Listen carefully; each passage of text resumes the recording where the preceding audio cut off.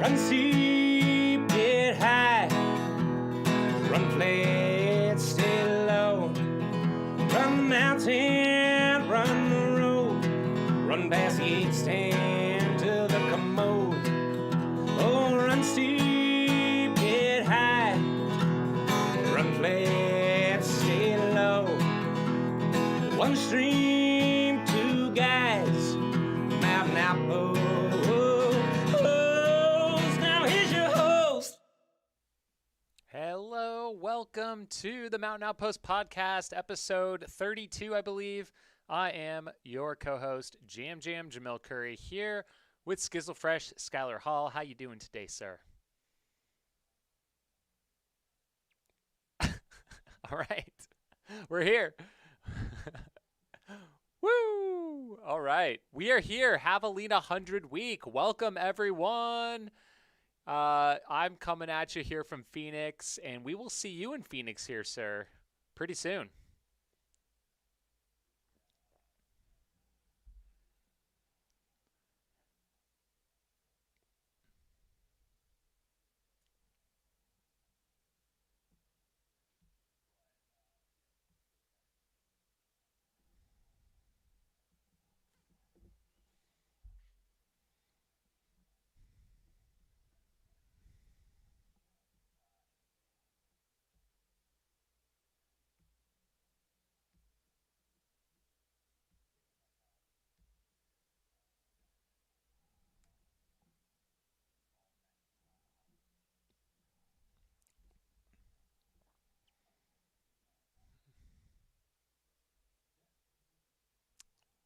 Love it. Yeah, it'll be I'm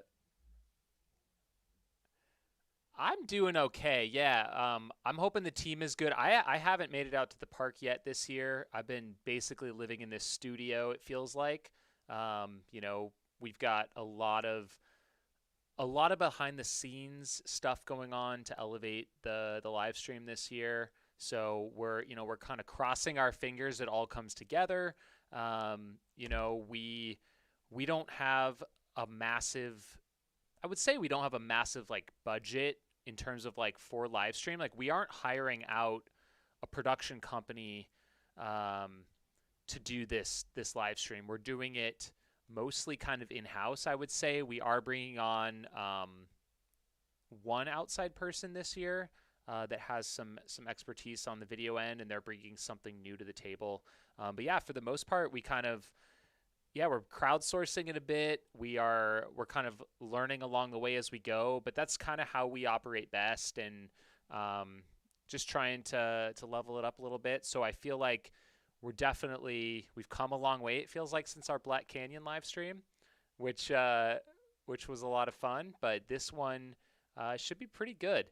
We've got a ton of commentators lined up, which I'm very excited about. So we are going to be kicking things off, you and I, Saturday morning. And then I'm going to be heading to the park that afternoon. And then I guess we'll be reconvening in the evening for at least a bit. Definitely want to hang out. And then I'll be coming back into the studio and planting myself back here kind of in the early hours and into the second day as we get towards that golden hour. So yeah, check it out. Air Viper Running YouTube channel. We're going to be broadcasting the whole race as long as we don't have any technical glitches. It should be great. Yeah. Yeah.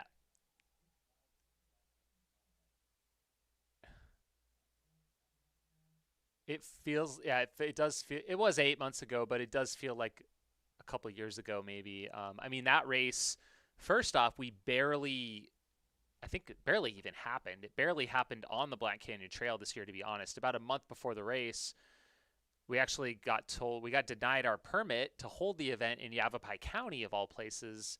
And so we were looking up backup courses in Maricopa County. It was kind of wild, but yeah, it all came together. And that kind of birthed the live stream, to be honest. We couldn't have crews anywhere, so we had to get it out there. And yeah, now here we are. I think we've talked about live streaming Javelina for a bunch of years, and here we are finally doing it. So it should be a great time.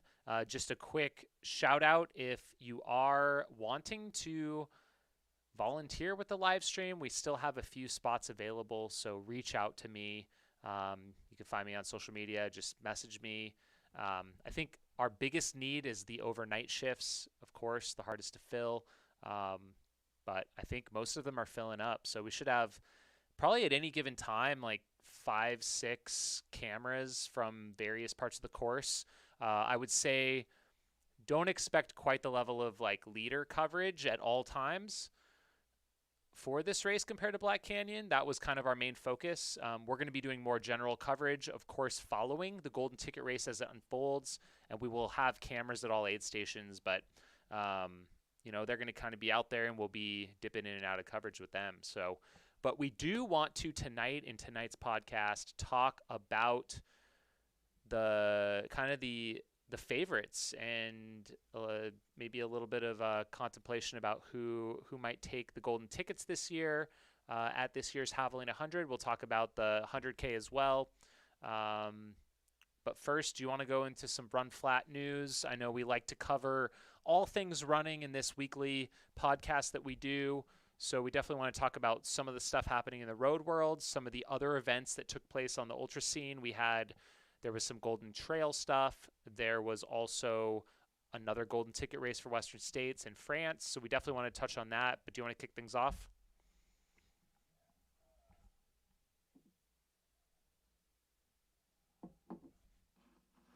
Are they saying it needs to be louder? You got it. Also, if you have some comments or questions, feedback, jump into our YouTube chat. I'll pull that up. Thanks.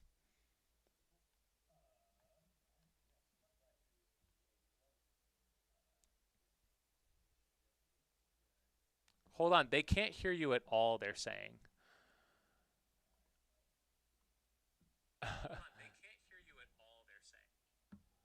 Interesting. Well, we thought we had it all figured out. No audio from Skylar.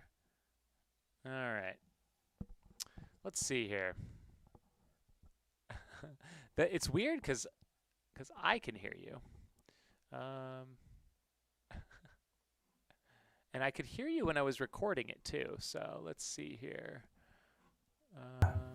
ASMR. Just Can gonna you hang hear out him here. now? Those in the chat, if you can hear Skylar now, let me know. I mean, listen. People don't come here for my voice. They just come here for these sweet Good now. insights. All right, we're back. We're good to go. I'm doing this the rest of the show now.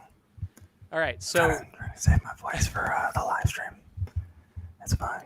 you're live. You're on. So Super ASMR. to recap, what did we miss? Let's just move on to it. We're going to talk about some run flat news. Whatever. What else? You were saying that you're coming on in. You're going to DJ. You're gonna come out to the live stream. Yeah, that's it. You know what? I don't feel like trying to reset this thing on its stand, so we're rolling with it. So if it's hot, I apologize. That's what you guys get. It's about to be as hot as these beats I'm going to throw down as we eclipse into midnight on Halloween. Air horn. But let's talk about some run flat news. Going to be real quick, real just juicy tidbits off the top. Biggest news on the run flat side was obviously the half marathon record going down on the women's side. It was I'm not going to say controversial record, but going into Valencia half marathon last weekend, there was news that the last attempt at the record that we thought was going to be ratified, the 63:44, that Yewala, that's how I think is how you pronounce it. Turns out that record was not going to be ratified because they went and remeasured the course after the fact. It was 54 meters short, which is a bummer. Also, who goes back and remeasures a course after the fact? That seems like one of those things. Drug testing, sure, but let's go remeasure the course. Interesting, but they did it, found that it was to be short. So I think Wednesday or Thursday news dropped that record was going to be ratified. Wouldn't have mattered because Sunday happened and Latenzabet Gade just annihilated it. The original well, the official record was 64:02 going into the weekend. The unratified mark was 63:44. And she said, hold my beer, ran a 62:52, won by like a minute. Maybe, I think it was closer, actually, like 45, 50 seconds. The second place runner, I think also actually tied with Yavelina, who was at this event. So she was at Valencia. She had a chance to, reclaim or claim for the first time, depending on how you want to look at it, the world record. And Gaudet said, absolutely not. That's mine. Gaudet also like briefly had the 10,000 meter track record for like a day and a half back in the spring. So she's no stranger to taking down records. I think she actually also has the 5K record at this point. But moral of the story is she just went just like light years ahead of what anybody expected in the women's half marathon. I think her time, I saw some tweet and some scuttle that it would have been like the 85th or 87th best time for an American male ever. Like it's something absurd how fast she actually ran. So kudos to her for that going down. Valencia always fast. So we'll see what happens in the marathon when that goes down in December, also out that way. In road marathon news, going double the distance, Abdi. So Bashir Abdi, who was the bronze medalist in Tokyo, he won the Rotterdam Marathon in 2:03:36, setting the European record because he represents Belgium. So kudos to him. He's basically also the first and only person who's rebounded well from the Olympics. Like everybody else thus far who's run one of the world marathon majors has had a relatively subpar day. Galen Rupp probably has had the best day of them, taking second in Chicago. But for the most part, most of the folks who are doubling back have not fared well. But Abdi is the first. So kudos to him for that. And then lastly, a record near and dear to my heart because I can't chug that fast. And so I did the half marathon. But Corey Belmore, freak beast that he is, takes down the world beer mile record yet again, drops it from 4:33 down to 4:28. People thought that he might be past his prime when he tried to do a beer mile a few weeks ago with the non-alcoholic was it Athletic Brewing, and ran like 4:50 something 5 flattish. Apparently non-alcoholic beer is harder to chug because this man took that as like, I guess, the equivalent of running with a weighted vest, and then runs a 4:28 here and takes down the record. So that's run flat news of the weekend that was. Not a lot going on the cross country scene because this weekend is where things are going to pop off. That's right. We are finally in championship season. And so Friday kicks off conference championships on the D1 level. Saturday will kick off championships for D3. D2 just kind of keeps doing their thing in the middle. Junior colleges are also actually in championship season this week. So a lot's going to start shaking out. So if you are, looking on one screen to watch us on the Javelina live stream, you can also have an iPad or your phone rapidly scrolling through conference results as they pour in this weekend. Going to be a lot of interesting things popping off. So get excited. Because Run Flat News, we out here. It's got to be crazy. And we're also like a week from New York. I can't believe that that's a thing we also have to talk about next week. Oh, so, you might have to run that. We'll see how my body holds up after commentating and then standing at a concert and then standing DJing in the cold desert 6 days before I got a race. So cool. Thanks, buddy. There's a warming trend, so I think it'll be nice and warm for you. Thanks. Appreciate that. Yeah, I was looking at Corey Belmore. So he did a non-alcoholic beer mile last week. Mm-hmm. Then the beer of choice for the record, Flying Monkey's Beer Mile Lager.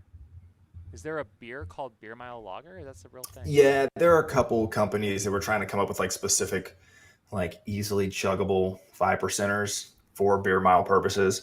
I think this started back when like the first beer mile championships got live streamed, the one that was in Texas in like 2015, 2016 maybe. But yes, this is a thing that happens, which for all the great seasonal beers that we're in, trying to drink something that's relatively low carbonation and flavorless seems like a joke. But Is your yeah, beer of choice of the beer mile still the Bud Heavy, or have you it would be switched the it Bud up? Heavy. It would be the Bud Heavy. Yeah. Or Heineken. Like either one, they're basically Okay. replacement value. Bud Heavy just has slightly less carbonation. Um, but yeah, bottles are the thing.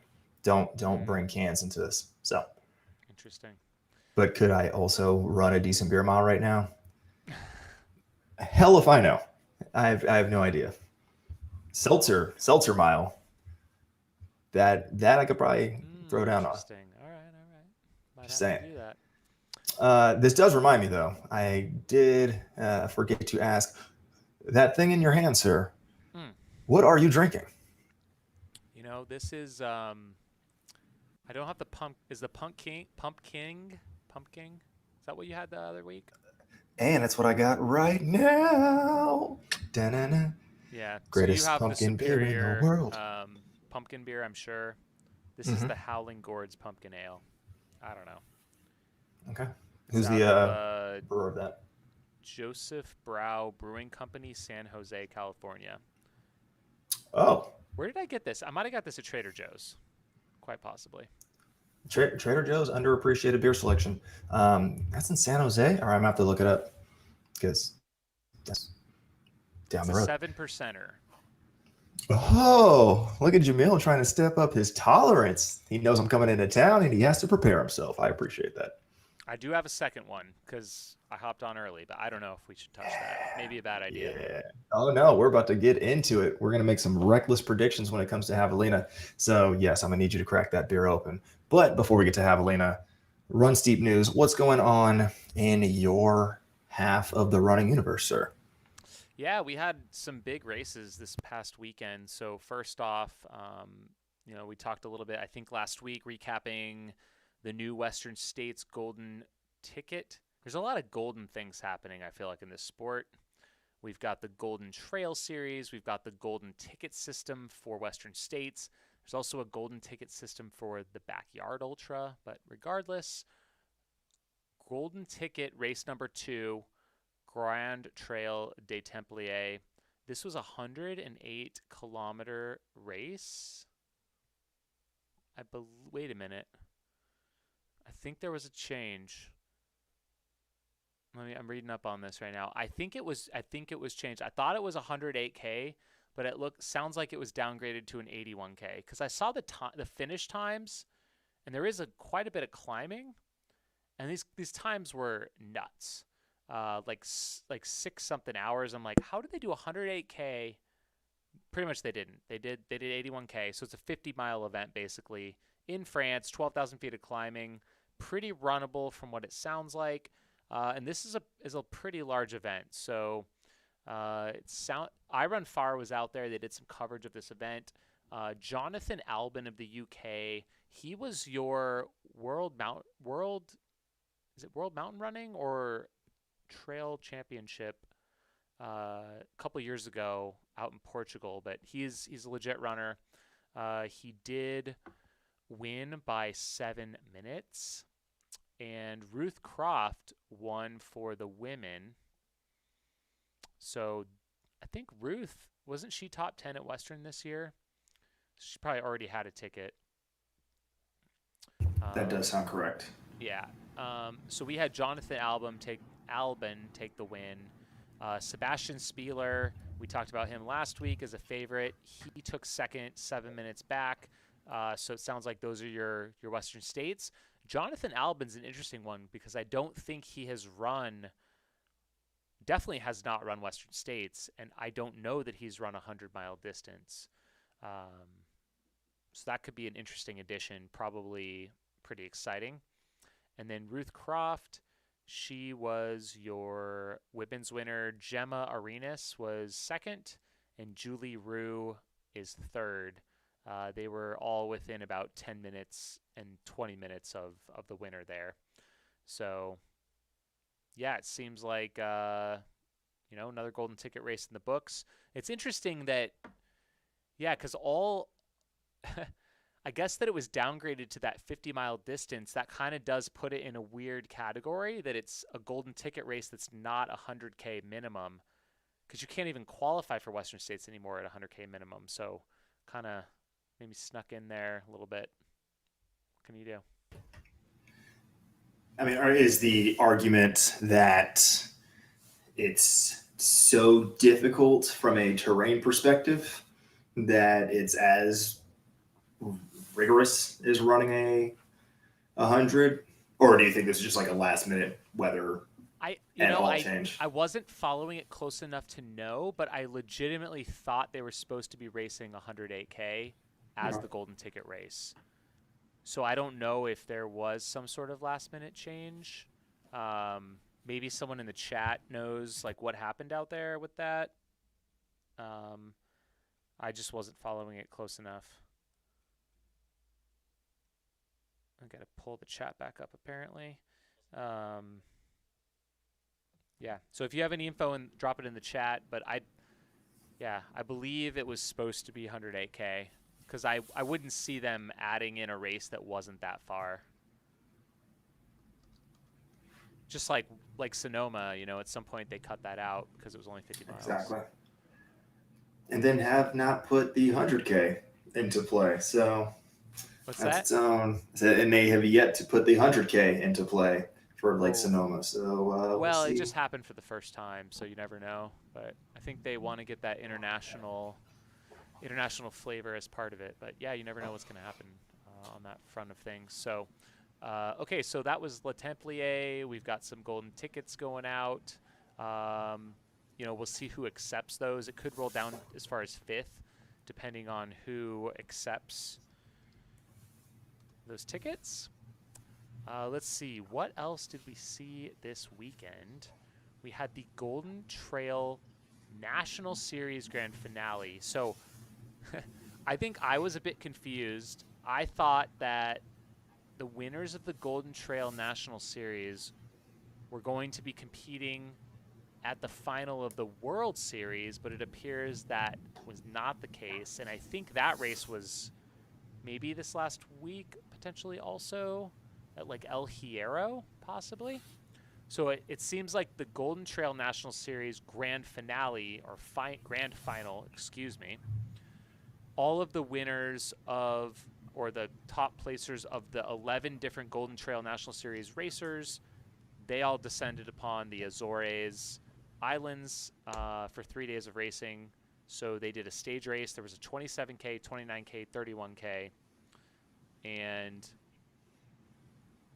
it says here that the top 3 men and women earned entry into 3 separate Golden Trail World Series races in 2022. So it's a whole feeder system, right? You've got these national series events. So we had here in the US and Canada, it was a combined series. We had Broken Arrow Sky Race, we had Whistler Alpine Meadows, we had Pikes Peak Marathon, we had Quebec Mega Trail. We were supposed to have Way Too Cool, which never happened this year. Mm-hmm. And so the top 3 from that series, they get flown to the Azores. They compete against the National Series from Spain podium and from France and from wherever else around the world. And then the top 3 of those will be competing at next year's World Series. So Following? It's essentially, it's like going from the second tier league into the Premier League. Right. Okay. So it's soccer federation rules, which is very international. So yeah, that makes sense. Why it doesn't make sense to us in America? Like what is this two factor league? Because I don't know. I thought like, why not just throw all of these folks in with the top people from the World Series? But I guess they really want to keep it super premier, I suppose. But the How World does Series, someone fall out of the World Series then? How do you fall out of it? Yeah. Well, I think people can just enter the World Series races if they're able to gain entry, but they obviously have kind of an invite list of really top elites. So maybe it's a way to, like Darren Thomas, I think won. Well, I could probably look. Yeah, Darren Thomas. So he's now like I mean, he's a Solomon athlete, but obviously going to be on the world radar now, and he's going to be attending all those world races next year, and I guess competing. So it's a way to kind of move up, I guess. I don't know. It's just what we got. I mean, man, I'm just asking questions. All right, don't look at me. And Janelle Links, also of the USA, she won for the women. So USA kind of cleaned up. Pretty sweet. It was fun watching them. They both raced at Pikes Peak. They both raced at Broken Arrow, and that's kind of how they made their way. I saw our guy Kieran. He was out there leading the first day, and I think it was something like 5K or something to the finish, maybe 7K, winning the race, and he had a complete meltdown and finished 10th.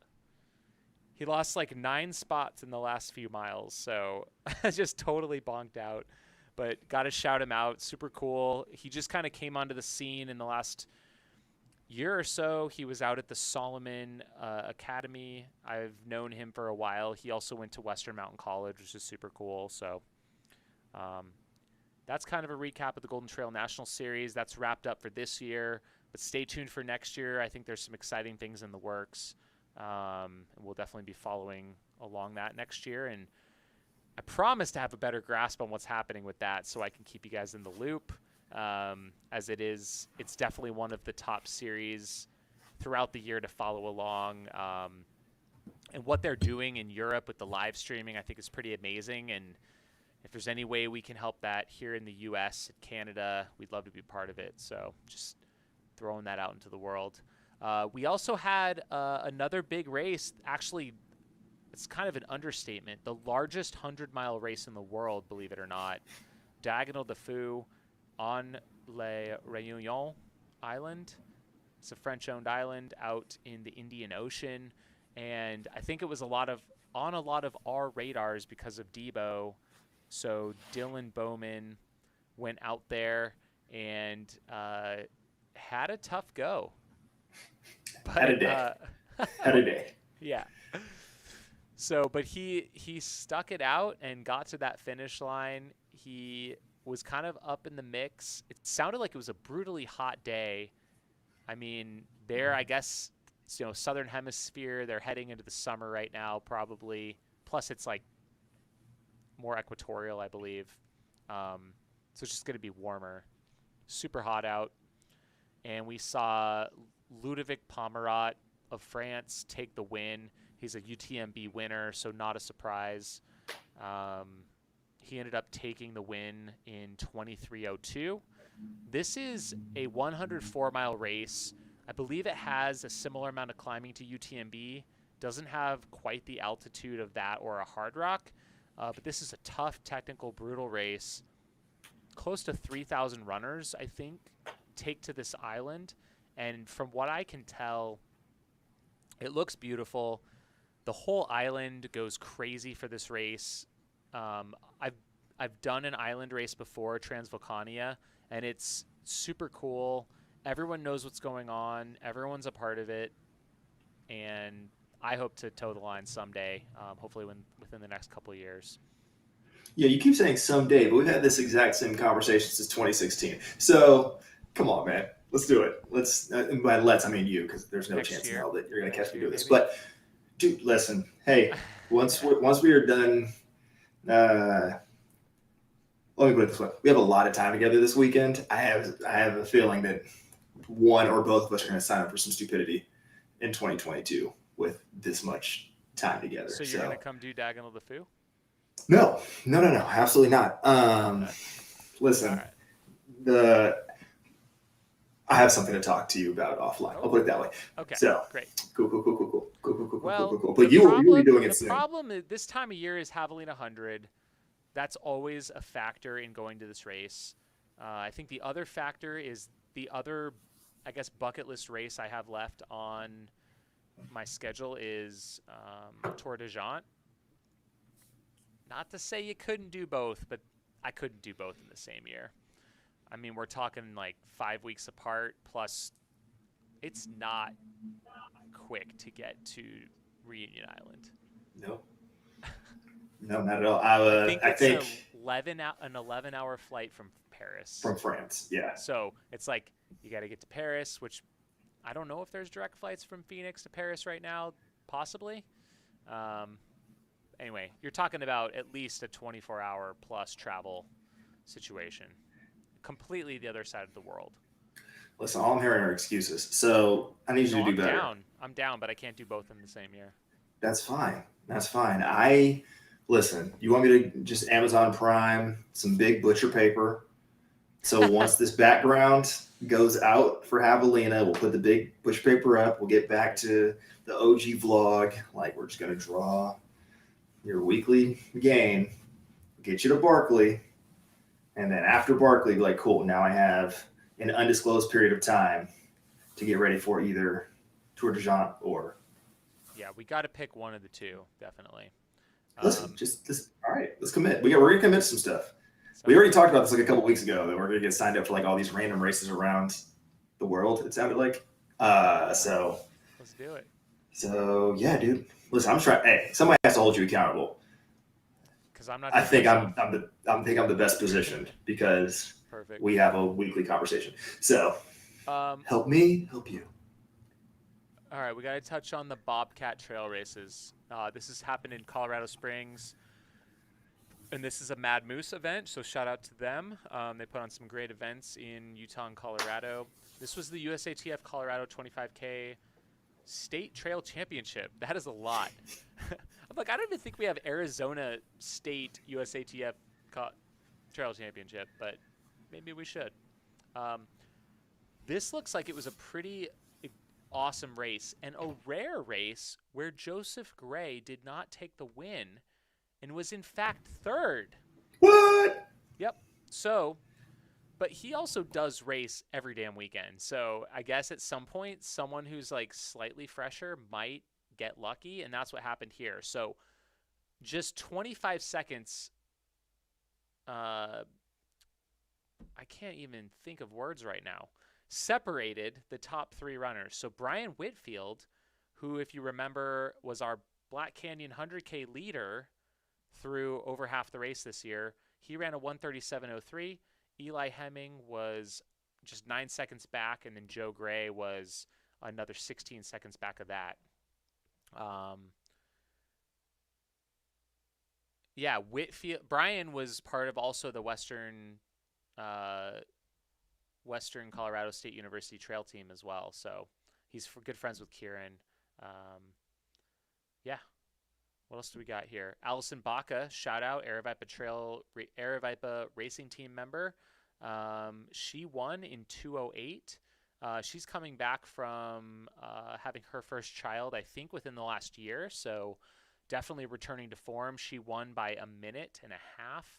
And she's kind of a triathlete who has been stepping more into the trail scene. So some really great performances there in Colorado from Bobcat Trail races.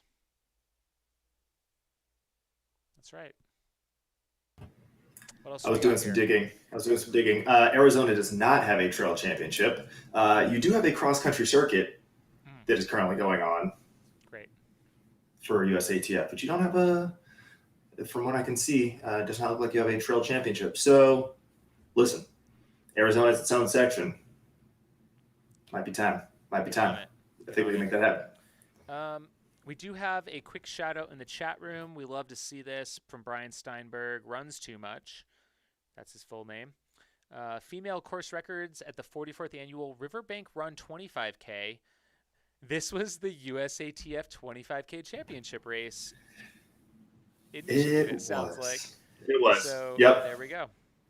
Yeah, and I completely spaced on it. It was one of those things where like all of the professional teams put out like, hey, here's the schedule for the rest of the year. And they're like, and by the way, we're going to be in Michigan this weekend at Grand Rapids. And then people did it. You kind of saw some posts about it. And then it went by the wayside. This is that weird section of the USATF road scene where it's like the 20K championships, the half marathon championships, and then the 25K championships all occur in the same like 2 month or 2.5 month span or something like that. So like it's a huge component of the overall road circuit schedule and like crowning the road champion, but it's like you're going a difference of 3 miles between those 3 races. So it's one of those things where it's like, okay, cool. Like, what does it all mean in the wash, especially in the middle of what is of an unusual fall marathon season with all the Abbott Marathon majors thrown in. So you have some folks who might come down in distance unavailable because they either just ran Boston, Chicago, or they're gearing up for New York City. So it happened. Yeah, I can find the results if you need me to. But I was like, Sorry, I was a little distracted. We gotta back things up a little bit here, okay? This is something. We're gonna have to dig into this here. So, all right. Deep breath. Okay. I was just jumping down into the I Run Far comments. Apparently, the 108K was the golden ticket race. But the elites didn't run that race. Is this real? Is this real life? What's going on here? All right, we got to investigate this. I'm just uncovering this in real time, so I don't know a lot about it. I'm going to start out by going to the Western States website. We're going to get to the bottom of this here. All right, live investigation. Seriously. Okay, just think about it for a second. We've got like the oldest, most popular 100-mile endurance running race in the world, the Western States 100, the most revered, the hardest to get into, and we've got golden tickets on the line here. And it feels like the coverage wasn't there, and I'm wondering why. And potentially the top runners didn't even run the right race.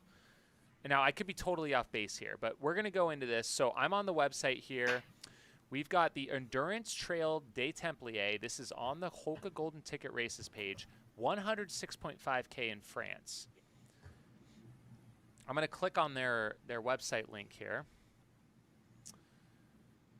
Hopefully they can let me translate it. It looks like we can. And we're going to go to our results for this year, 2021. Didn't happen in 2020. This is a huge race in France. So there's 13 races. I think there's like thousands and thousands of athletes that do participate in this event. So, okay, there are like Grand Trail des Templiers. They have a bunch of different race names here. So the Grand Trail des Templiers, let's see what that one is. I think that might have been the one that all the elites ran, like including Ruth and Jonathan Albin.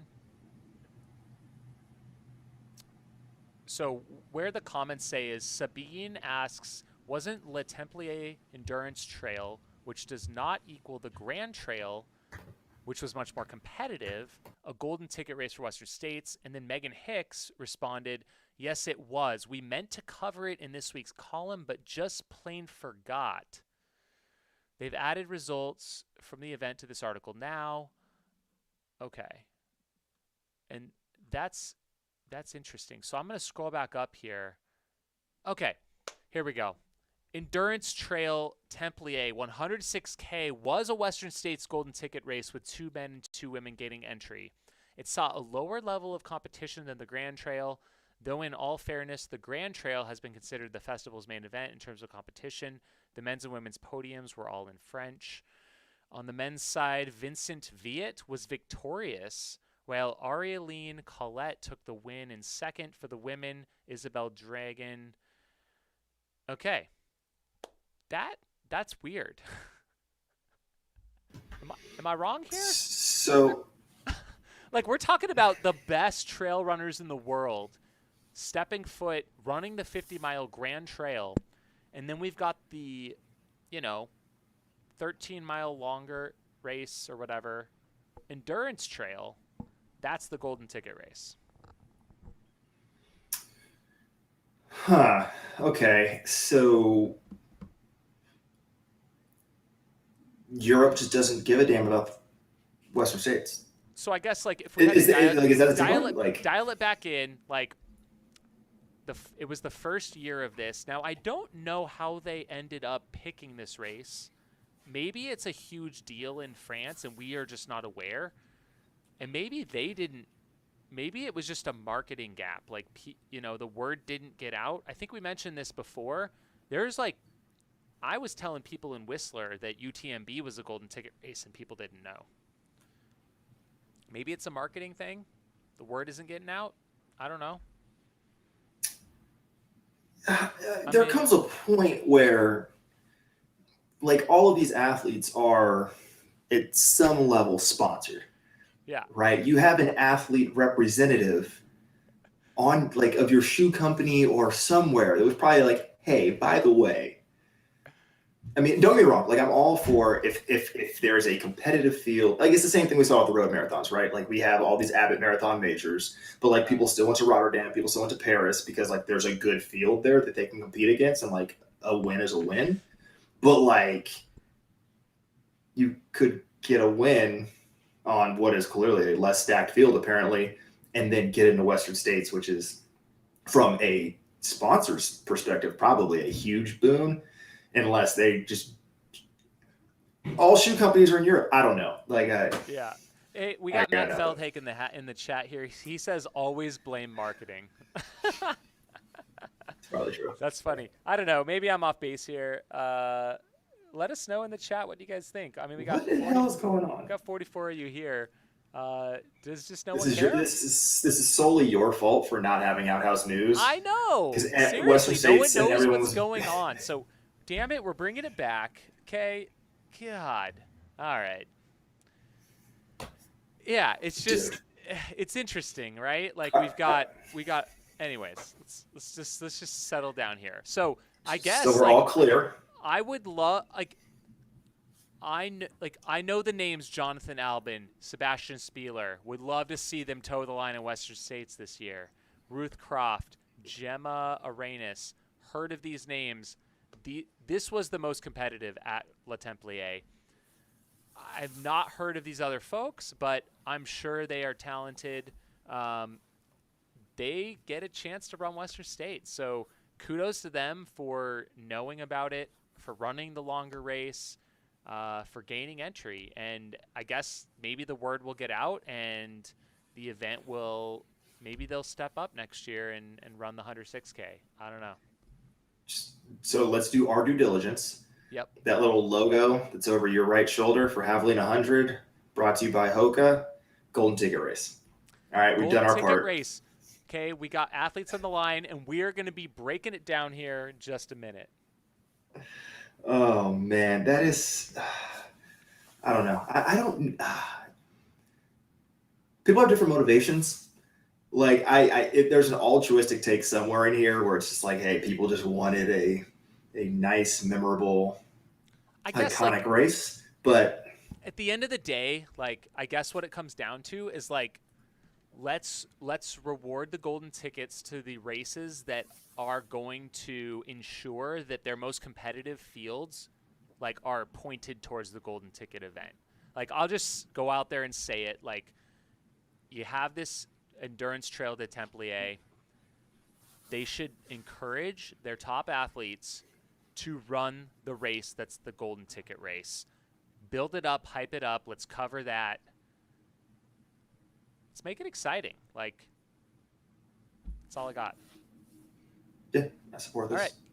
Cool. I think we're ready to go into Javelina 100. So, your third race in the Golden Ticket Series, presented by Hoka for 2022 Western States 100. This is the final race happening in 2021 that you can qualify for. In the past, it's always been from January through May, essentially. April, May? Canyons is in May.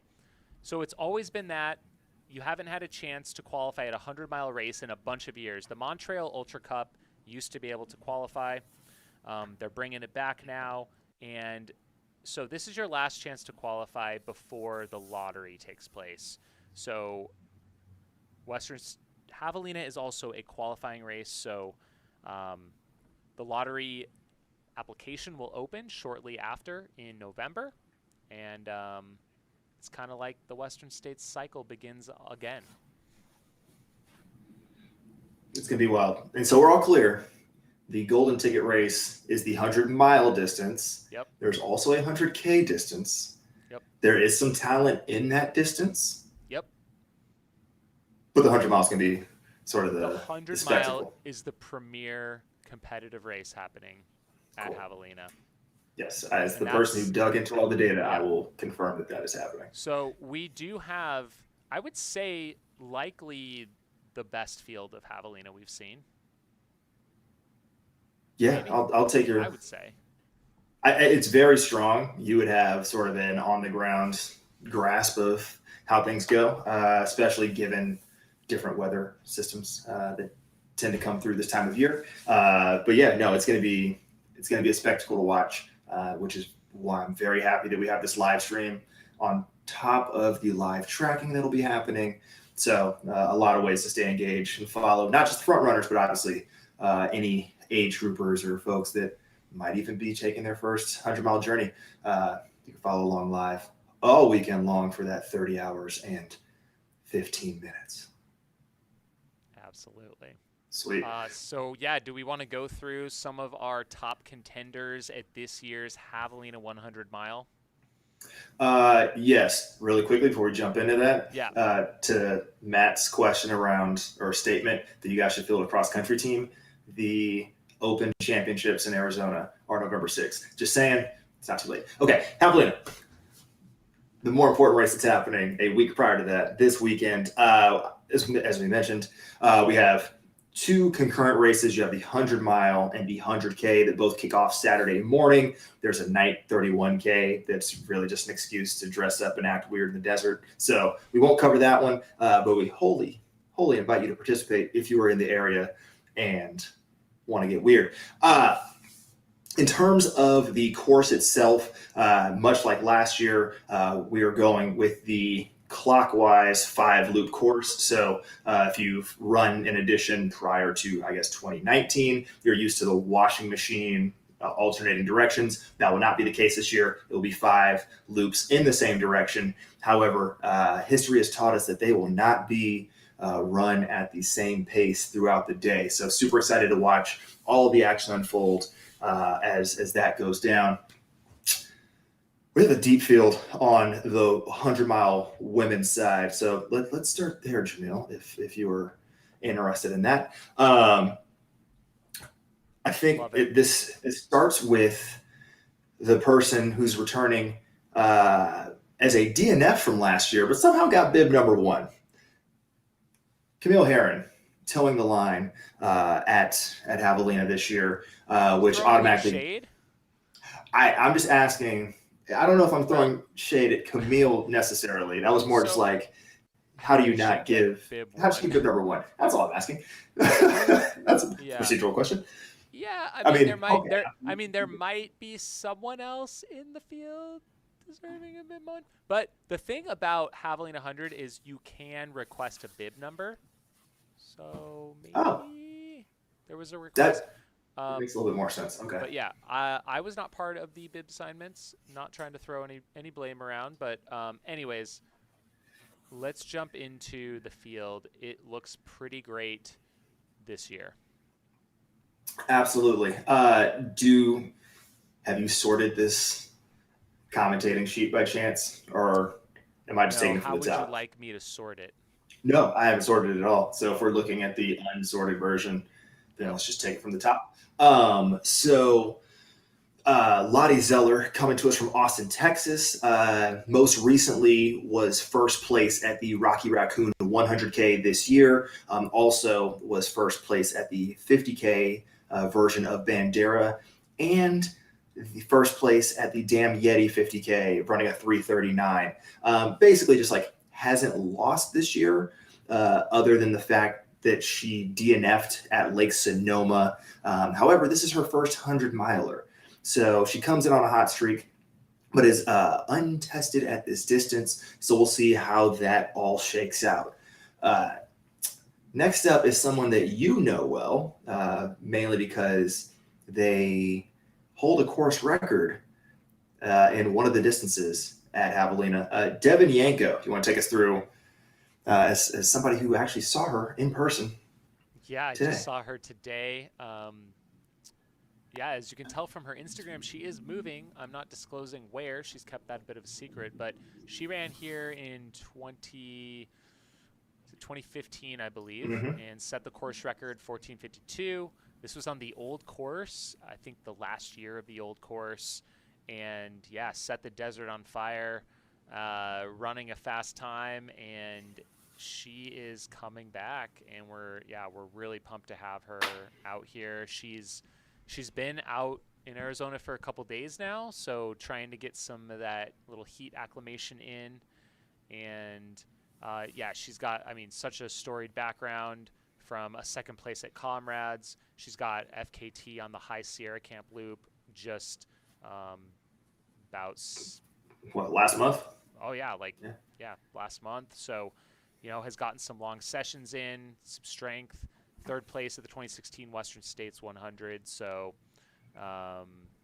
really excited to see what Devin will do this year, returning to the desert. Absolutely. And she's forever going to be Bay Area in our hearts. So we'll still claim her for sure. Next up, Lisa Roberts. If you followed our Black Canyon 100K coverage this year, then this is a name that's very familiar to you, mainly because you also remember the whole Baby Yoda thing going on her backpack. She took second at that race.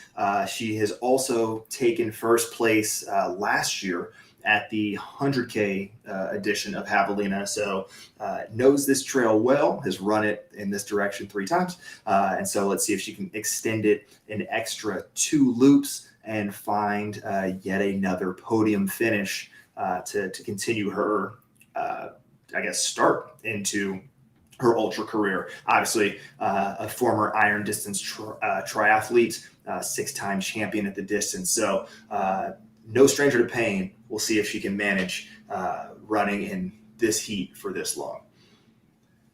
Absolutely.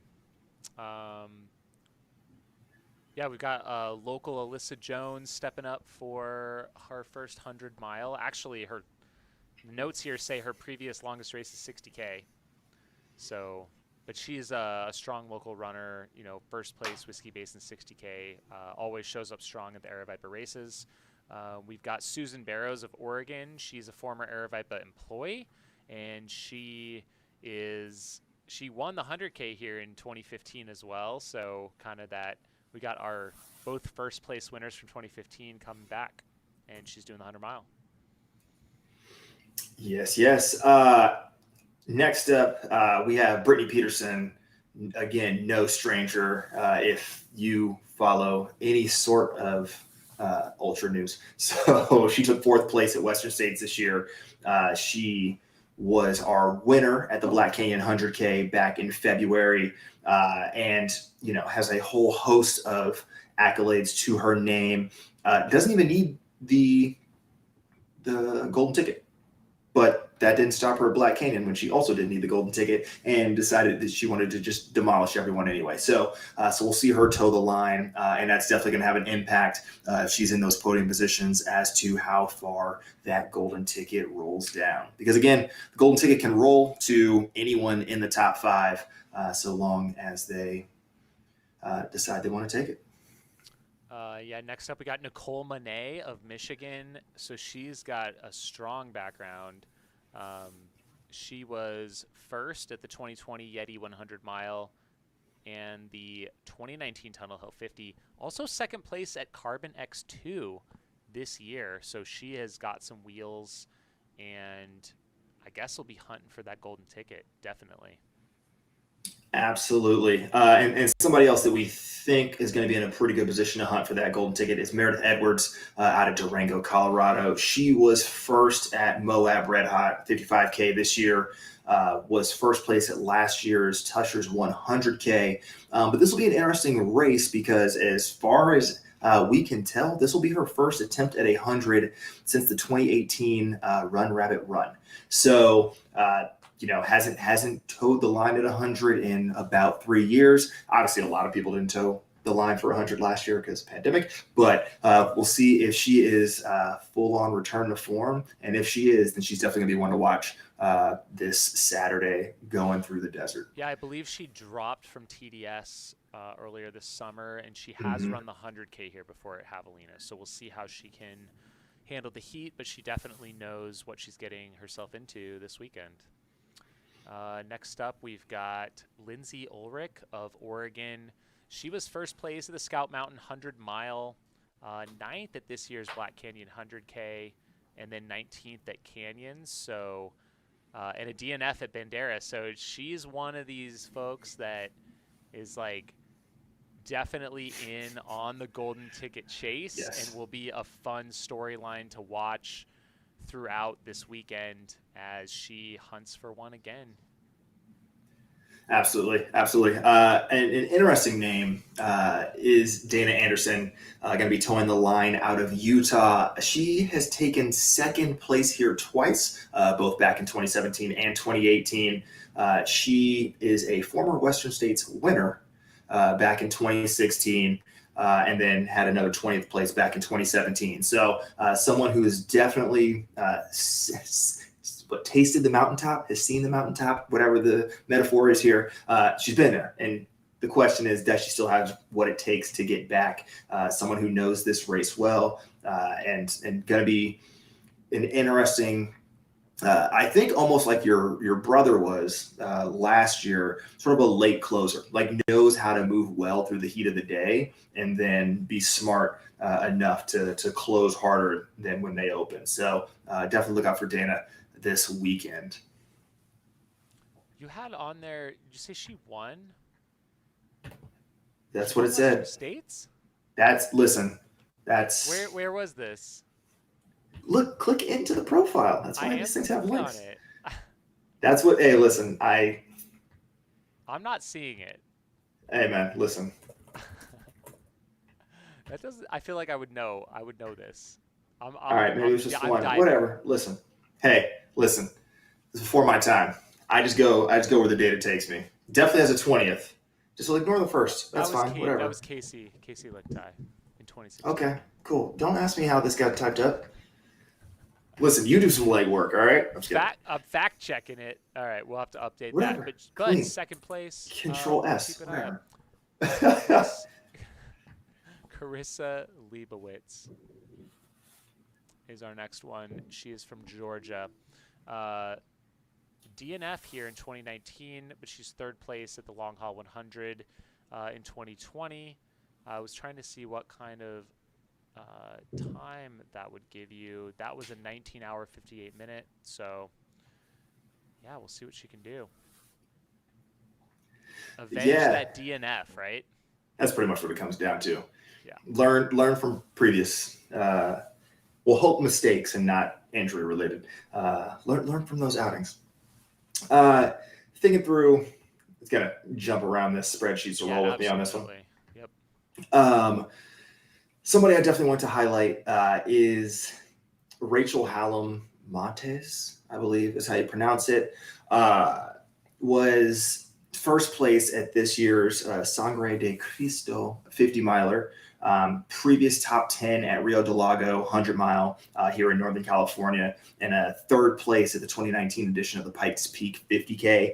So someone who definitely has wheels over more rugged terrain and knows how to suffer. It'll be interesting to see how she has weathered the Colorado summer and if she's going to be able to sort of, I guess, jump above her ranking going into this. But based on some of the other results in her profile and knowing some of the terrain that she's been running around, I think she's got a pretty good shot of surprising people and being a frequent mention on the live stream. So I just want to shout her out as someone to watch this weekend. Let's see some other folks scanning through here. We've got Tessa Chesser, Araveppa Racing Team member.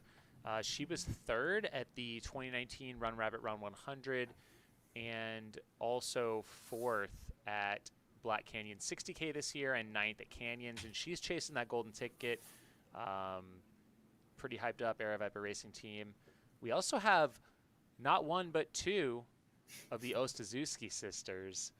They're, I think, I don't know. Was Melissa always signed up, or did she sign up recently? I assume she was always signed up. This is an event she's been at before, so I assume she was off the jump. But with their relatively recent move from Beaverton, Oregon, to Flagstaff, they've definitely been putting up some good mileage, some hard training runs on some stupid, in terms of things that I appreciate, elevation gain. So I think just did like a rim to rim to rim for fun as a training run. So yeah, look out for them. I mean, Sarah won the Mogollon Monster this year. Also participated in Cocodona, finishing 5th female. So we know that her endurance is there, but usually on every training run, her sister's going to be pretty close behind, if not actually in front of. Just depends on who's taking photos that day, I guess. So either of them could be in phenomenal shape.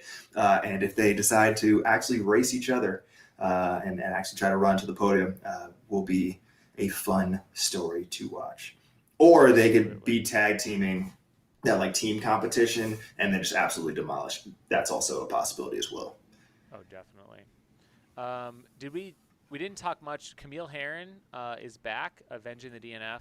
I don't think we went too far into that one, but she did drop here last year, and yeah, we'll see if she can kind of put all the pieces together this time. Obviously, now living in Arizona, the heat should not be a factor for her. She's also done well and won Black Canyon before, so it'll be exciting to see her back on this course, and hopefully she can pull it all together. Absolutely. And then the last person I feel like I have to shout out is Becky Sanders. Now, this is not somebody we expected to vie for a golden ticket. Honestly, I don't know if she has a time goal. But I have to shout her out because if you're a fan of triathlon, you are probably aware of Lionel Sanders, and this is his mom. So word on the street is that Lionel and his wife Erin are going to be out either crewing and pacing Becky around. She was originally signed up for Ironman California this past weekend that got canceled at the last moment because we had that crazy atmospheric river. So she has much fresher legs than she would have otherwise had. So if you see Becky on course, tell her what's up. I'm sure she'll appreciate the support. Cool. Love it. I was being told my levels were low, so I've turned them up. Thank you. Sweet. We are I'm back. just going to trust that you can read the chat if anybody has feelings. I'm giving it my best. Let's move over to the men's field now. Men's 100-mile. We don't have a returning course record holder this year, at least not towing the line, because Patrick Reagan will be out here. Oh, that's going to be a fun evening then. So get excited. Yeah, let's look out for some costumes. I just have a feeling. I think once Jubilee's done with them, you might end up seeing Pat Reagan wearing them around. So should be a good time. Nice.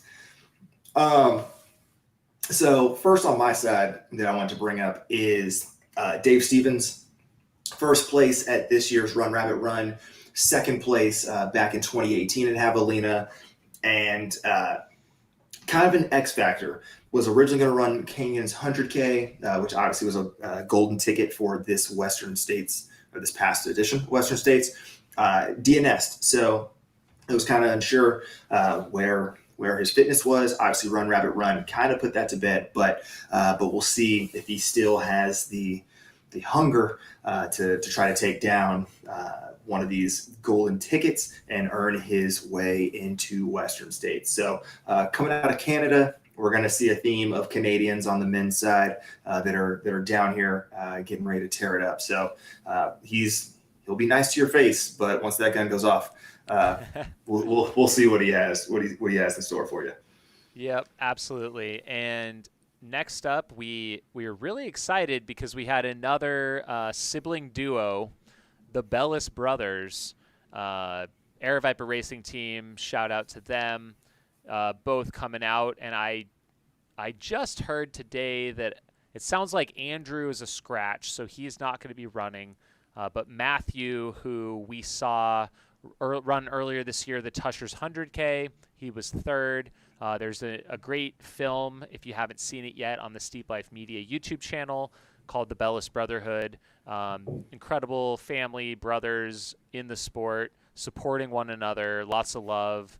And he was third place at the 2019 Run Rabbit Run 50, third place at Tushers 100K, and this is his first 100-miler. This is going to be both their first 100-miler, but Andrew, who's not running, he was first place at last year's 100K, but word on the street is he won't be running this year. Which is a bummer. Hopefully we still see him out there crewing and hanging out and holding it down in headquarters. But yeah, I'm sure that also means he has some knowledge he can share with Matthew as he journeys around the desert with it as a real legitimate threat to earn one of these golden tickets, even though it is his first 100-miler. Another huge threat is Zach Marin. Coming out of Ohio, was fourth place at last year's Tunnel Hill in a time of 13:25. You'll remember that as the Taggart Van Etten show when it happened, but Zach was not terribly far behind. So obviously knows how to run a 100-miler very fast. Also has a sixth place finish at Grindstone, and just overall is not to be doubted. Very well versed ultra runner. So Zach is going to be one to watch. Bib number 569. Nice. Go ahead and plug that into your favorites and see what he can do this weekend. I feel like this next one, I want you to cover it because literally trying to piece this thing together, I had no notes. I had no way to properly conceptualize this man and what he means to ultra running, and then how the hell to apply it to Javelina. Yeah, this is a very interesting entrant. I think probably the biggest wild card in the men's field, I would say, because you just don't know what's going to happen. I need to pull up his ultra sign up because I don't think I am fully versed enough. But this man is, I think, most well known for his through hiking or FKT pursuits. So this is Joe Stringbean McConaughey. He earlier this year set the FKT on the Arizona Trail. He's also had the PCT record at one point in time. I think maybe even the AT. I honestly don't know all his accolades on terms of that. But he goes by Stringbean. That's his. But he has kind of not a huge ultra resume, honestly. I mean, you go to his ultra sign up. It's a pretty good percentage. He's won a lot of races. But it's like we're talking about his first ultra was in 2016. It was a 6-hour. The Stonecat 50-mile he won. Gorge Waterfalls 100K he was 5th. 6th at Lake Sonoma. So a competitor, but his last ultra until August was over 2 years ago. He did win a 50-mile race in 5:22. The guy's got some speed here. And you can't discount his speed because he did run a charity event on a track, 100-miler. This was completely on his own. So he might have had a timing system, but it was kind of like just him running around in circles. Ran a 12:53. In addition to all his speed hiking. So he's got speed, he's got that distance and that suffering mentality. He called his shot on Instagram, actually, I think just today. He says he's going to run the 13:30 this weekend. And he's going for a golden ticket. Damn. All right. So factor that in. I mean, for context, hold on. Let me make sure I quote this correctly. I'm pretty sure if he runs a 13:30, that's going to be, 4th all time at Javelina. So it's not just like, hey, I'm going to slide in comfortably into a top 2 position. He is aiming for a top 3 or 4 overall time ever at Javelina. And yes, that would pretty much win every year except for potentially this year, where I think we could see a course record. Dude, it's gonna be dumb. This men's side. Listen, we've been like, our tone isn't conveying how excited we are for this race. And the thing is, I think like Javelina seems to always get, I think, like one or two big names, right? And they kind of all sign up within the last month before the race. This field has some great depth this year, and a lot of athletes that I think they aren't household names, but they are stout competitors. You know, maybe they're super well known in the Midwest, or kind of they're pretty new, like a Dave Stevens winning Run Rabbit Run, helping to put them on the map. Whereas prior to that, it's like, well, I'm not sure what he's done, you know, like second at Javelina, but it's going to get overshadowed by the winner that year, you know, whoever has the bigger name. So it'll be interesting. Absolutely. One big name I think that we have to talk about is Jacob Pusey coming through on the start list. Obviously, we all know the family name, but coming through with some pretty impressive stats to back up that name. Obviously, the marathon man, I think probably other than Wardian, in terms of like who's run the most marathons that we can name off the top of our head, like he's got to be up there. I mean, has had phenomenal results in Boston, in Calgary, like third place at the Calgary 50K in 3:17. Dude has wheels. He's a 6-time Canadian national champion, like coach of the stars. Like the man is very well versed. It'll be very interesting to see, you know, not only what he does on his own athletic volition, but like given what they've all gone through as a family for the last year and a half, like I think he's going to get so much support from everyone out there, competitors along with just age groupers, that, you know, this could be a very special run for him if he's coming through with any sort of fitness. So really excited to see what Jacob can put together this weekend. We got to talk about Arlen Glick. He's 28 years old. He runs a lot of races in the Midwest. We're talking, and fast. We're talking 12:57 at Tunnel Hill 100 in 2020. He's got a 13:22 win at Umstead 100 mile. He's got a 14:15 win at Burning River.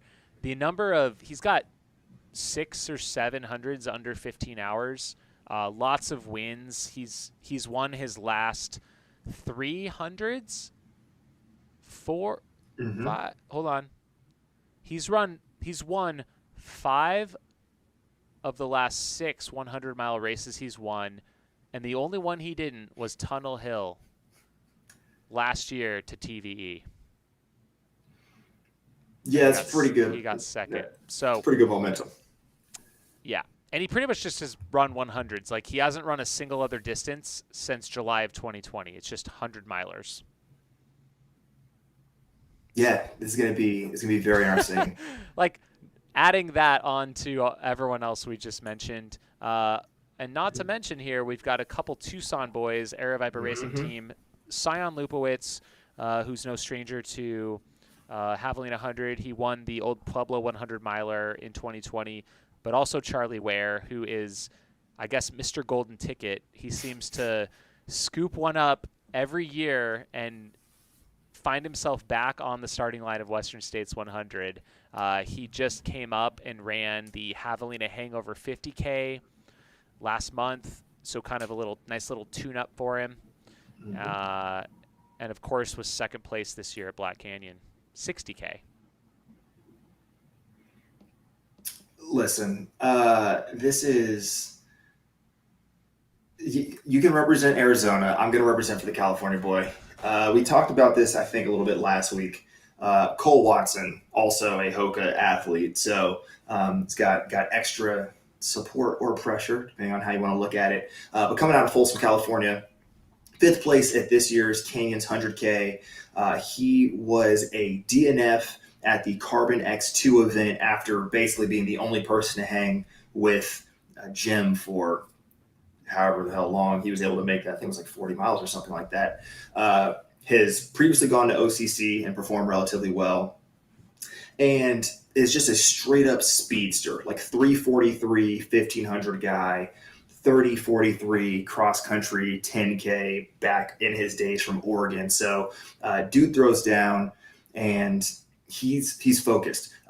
Also think about the fact that he comes from the same group as Raj Panu, who just obviously did crush it at the Carbon X2 event, and also was the recent winner of that USATF 100K road championship. So definitely has some a good infrastructure around him, and to see him take on what I'm pretty sure is his first 100-miler, it's going to be phenomenal to watch, because that man has wheels, and as long as he doesn't do anything horribly dumb in the first 40 miles, he is definitely a threat to ruin some days out there for some of these golden ticket hopefuls. All right, next up from Bend, Oregon, we got Ryan Kaiser. He is a Masters athlete, but one of the fastest out there. So he's first place at the 2020 ATY 100 mile. One of the most revered hundreds out there, I would say. In 15:23, but the man has some wheels, and I'm trying to remember some of his other top performances over the last decade. I think he's had quite a few. I know that he had a fourth place finish at the Canyons 100K in 2019, sixth at Bandera 100K in 2019. So he's second at Leadville 100 in 2018. Silverton Alpine, he set a course record in 2019 out there. So, he's done a few tune-up races this year, a 50K, a couple 50-milers, but he's definitely in the hunt for the golden ticket. Seems like he really wants to be back at Western States. Has he run it? I think he's run it before. Yeah, he definitely ran it before. He was out there in 2017. He ended up 21st, but I know he was kind of in the mix. Looks like he had a rough day. But he is signed up for Javelina and Black Canyon, so we'll be covering him a couple times in the next few months. Absolutely. And someone I have a hunch that we'll see a few times as well. Graham Shalvoy, second place at this year's Sean O'Brien 50K, also won this year's Uray 50-miler. He is the second place male from last year's Javelina 100K, which I'm pretty sure he just hung out with his wife the whole time. So I don't actually know if that lived up to his full potential. So it'll be interesting to see what he can do this weekend.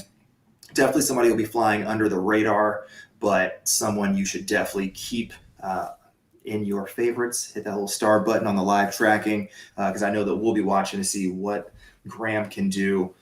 Listen, if anybody knows how an Aeropipe event goes down, it's going to be a Shotway. So don't sleep on him. Things could get very, very hot for him very quickly. Man, I feel like we've talked about so many stout runners. And then it's like I scroll down and I'm like, we haven't even talked about Ryan Montgomery yet. I know. It's like, what? So Ryan Montgomery, of course, was your runner-up at Desert Solstice this last year. Here he was 13:36 through 100 miles. This is a guy that could win this race. One of the top athletes right now. He was fourth at Bandera in 2020, and then second place at Brazos Bend in 2019. So no stranger to running fast, and definitely in the hunt for golden ticket. Absolutely. And somebody else, I think this might just be personal bias. I'm gonna say it's a run flat bias. Randy Taylor, hailing from Kansas City. Not a lot going right in Kansas City right now, especially if you're a Chiefs fan, but hopefully Randy can get it right this weekend. He took fifth last year at Javelina with a 16:59. He's taken first this year at the Katy 50-miler and at the Walnut River Gravel Run 50K. So has got some shorter stuff under his belt, has shown some flashes of speed, and definitely knows this course and the exact layout that they'll be racing against. So if he runs that first half smart, he knows how bad it can get on the back end. And if all these speedsters that we've been talking about, all this depth, causes a lot of people to do some reckless running early on and causes a lot of DNFs or implosions, then this is a person who can definitely be in position to capitalize on that. So for all our Midwestern folks, Randy, somebody to put on your radar. Got a shout out one. I didn't know a ton about him, but Benjamin Cook, third place at Whiskey Basin 91K. And he's kind of been skirting in a lot of these top 10s of some big races. So 9th at Bandera and 9th at JFK 50. It's also 4th at Black Canyon 100K in 2020. So, like, I mean, this is a guy that I think could really make a mark out here, and I would expect him to be kind of in the mix, especially as we get later into the event and kind of right in that top 10 and could move on up. Also, I got to shout out AJW, Andy Jones Wilkins. He was second place here at the Javelina 100 the year before we took the race over. So 2007 was the last time he was out at this race. He did place second to Jorge Pacheco that year. He's got 7 top 10 finishes at Western States 100, including a bridesmaids finish there as well. We love AJW. We're excited to have him return to the Javelina 100, and I'm pretty sure he's going to be joining us for the golden hour here in the studio once he finishes his race. Nice. And we'll just kind of see where it goes from there. Very, very excited. That's going to be phenomenal. I did not know that was a thing. So yeah, shout out AJW. Yeah, I think, and there are more folks that we'll touch on during the live stream.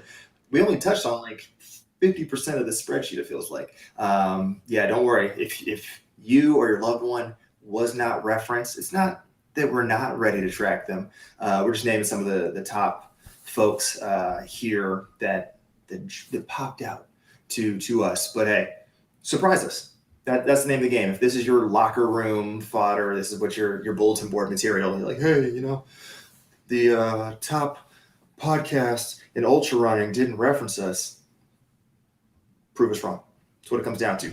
Make us mention you on the live stream without you doing something dumb where we're like, oh, and this person dropped. Just back it up. Let's make it happen. So cool. I'm cool with moving on from the 100-mile men. Absolutely. We do want to dip into the chat real quick. We did have a question from Thomas Bowling. What is the weather shaping up to be like this weekend? So that's a great question. We are Tuesday right now, so we're kind of the predictions are probably pretty accurate at this point. There is basically essentially no precipitation in the forecast, sunny. So that's going to be a factor. We actually had, because of that storm that was coming through that canceled, Ironman California this weekend up in Sacramento area, we had a bit of a dip in temperatures. It was getting real nice here in the mid-70s, high of 77 tomorrow, which would be pretty much ideal for this event. But, of course, the temperatures are going to be going up. We're going to see 87 by Friday, and it'll back off a little bit over the weekend. So a high of 84 on Saturday for the race, a low of 60, which is the highest low of the week. So it's going to be a hot one. I'm just going to say right now, it's going to be hot. An 84 out there on this exposed course with the reflection off that crushed granite rock. It's going to be ice bandanas. It's going to be dousing yourself at aid stations with sponges. It's going to be a typically warm to hot Javelina 100. Hopefully we won't be seeing those mid-90s, but I would say prepare for that. And actually, there is a 1% chance of precipitation on Saturday, so maybe there will be like a cloud or two hanging out in the afternoon that you'll get a little bit lucky with. Don't bank on it. Just don't bank on it at all. Yeah, it's gonna be brutal. What is the golden hour / cutoffs? The golden hour is, I think, typically, again, everything's golden in this sport, but it's the final hour before the cutoff of the race. It's a lot of folks that they've been out there the longest, and they're chasing that cutoff time for an official finish and a belt buckle. So that will be, we have 2 waves this year at Javelina. So there's one at 6 a.m., one at 6:15. So our golden hour will really begin at 11:15 a.m. on Sunday, and it will go until 12:15 p.m. And yeah, we'll be covering it live from the Air Viper Running YouTube channel and kind of see the emotions that come across that finish line. Yeah, and that's Mountain Arizona time. So just Pacific, just align it with California because we haven't rolled back yet. So just Pacific time. Do we roll back? Is the rollback this weekend? No, it is next weekend. Okay. Yeah, because that's delightful. That's what you want the night before. A marathon. The New York City Marathon. Yeah. Perfect. All right. Do we want to quickly touch on the 100K? Do we have time, or are we? I know that took a while. Do we have time for it? Because there's so much depth. Yeah, I can touch on the 100K really quickly because give us a top couple, and then we'll kind of wrap it up. And that's kind of how the 100K normally goes. It's the less deep of the 2 fields, and historically, as I was digging into race splits, we actually often see the sort of like 3rd through 5th female being on par, if not better, than the 3rd through 5th male. So just from a like battle of the genders, if that's the sort of dynamic you want to look at this 100K with, it should be pretty exhilarating. On the men's side, Tyler Andrews, the Hoka-sponsored athlete, the 2019 USATF 50-mile champion. He has a first place from the Tussey Mountain Back 50 miler back in 2019 as well. He DNF'd Carbon X2, but we know that he is stupid fast because he has a 2:15 marathon personal best, has a 2:46 50K personal best, was the world record holder in the track 50K, representing Division III, represented the NESCAC out of Tufts. He is basically his race to lose. So I'm just going to put that out there. No pressure on him, but hey, Tyler, don't mess this up. But we got some other guys who are definitely ready to chase him down, one of which is Forrest Ward. He DNF'd the 100K last year, but has placed 19th at Way Too Cool 50K last year. And Way Too Cool is historically a pretty deep race. So even a top 20 finish there, it usually means you've run like, 350 or faster. And he, more impressively, I guess, recently, did finish 2nd place at this year's Canyons 25K, but Forrest has never actually finished an Ultra Beyond 50K. So it'll be, he has the pedigree, he has the speed to be able to do it. It's a function of can he double his longest ever race finish and knock this out. And then Nick Betancourt out of Florida. So if you want to talk about people who've been training in trash conditions and are ready to rock through a hot desert day, Nick is probably one of them. He took 2nd place at last year's virtual edition of the Tahoe Tessie 100K, running a 13:58, and has basically just been all over Air Viper virtual races this year, and has finished, if not 2nd, then 1st at basically every single one of them over the past 3 to 4 months. So he's been towing the line in every distance from like 6K up to 50K, and just like is showing flashes of brilliance. So to actually take on an in-person event and have some real competition around him, he'll be one to watch and see what he can make happen. And then David McGrath won last year's virtual edition of the Bigfoot 100K in a time of 12:58. And historically, if you can run basically sub 10 in the 100K on the men's side, you probably have a pretty good chance of winning. So again, you put somebody not lonesome pandemic environment with some real competition, we'll see what is what. So those are going to be 3 guys to watch. On the women's side, big name, Kat Bradley, your winner from the 2017 Western States. She finished 2nd place at the 2019 Leadville 100 miler and recently won the 2021 edition of the Go Big 50K out in her native Hawaii. So she's coming back to form. Obviously, sort of had some downtime and sort of trying to turn or right the ship since her Western States win. Hopefully, this 100K at Javelina is a chance for her to continue the steps in the right direction. You got two Briannas to look out for on her heels, though. Brianna Russell out of Montana was 8th place at the 100K last year at Javelina, and recently was 2nd place at the Kilkenny Ridge 50 miler up in Washington, I believe, with a time of 14:23 on what is, I'm going to say, a course that has more climbing, significantly more so than Javelina. And then Brianna Grigsby coming out of Tucson. She won the Javelina Hangover 50K last month, so clearly is peaking at the right time.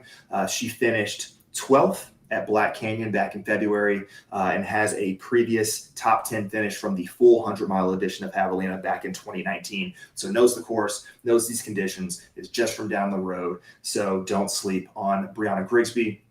And then the last person I want to talk about to keep your eyes on, Caitlin Jones, 4th place at the Silverton Alpine 50K this year, won the 70K version of Tushers last year, and was first at this year's Hotfoot Hamster 6-hour, running a little over 37 miles in 6 hours in what was, if I remember correctly, blistering heat. I think if she can run 37 miles in 6 hours in the dead middle of an Arizona summer, then this might actually feel like cool temperatures for her come Saturday. So Caitlin Jones has proven it that she can do it on a under just hell conditions, like literal hell conditions. I think your brother was like, "This is that Hotfoot Hamster was the most brutal conditions he'd seen for a timed event." Well, I think, and they were running at night too. It was still hot. Yeah. So I mean, some people did run throughout the day as well. But yeah, so if Nick Curry says it's hard, that's how you know it's hard. And she still ran 37 miles in 6 hours. So if you double those things and she runs sub 12, then historically that'll definitely put her top 5. And if it's like 20 degrees cooler this weekend, at least, than it was with Hotfoot Hamster. So, if she's been training well since August, then hey, she could sneak her way onto the podium for that 100K. So we'll be covering both races, the 100-mile and the 100K. A lot of good athletes in both, a lot of depth, obviously, in that 100-mile, but we'll show some love to the 100K as well, since they go off at 7, and we're just going to be droning all over the place. So get excited. Dude, I'm so excited for this weekend. It's going to be good. I'm looking at your spreadsheet here. Anita Ortiz, did she withdraw? Or are you not sure?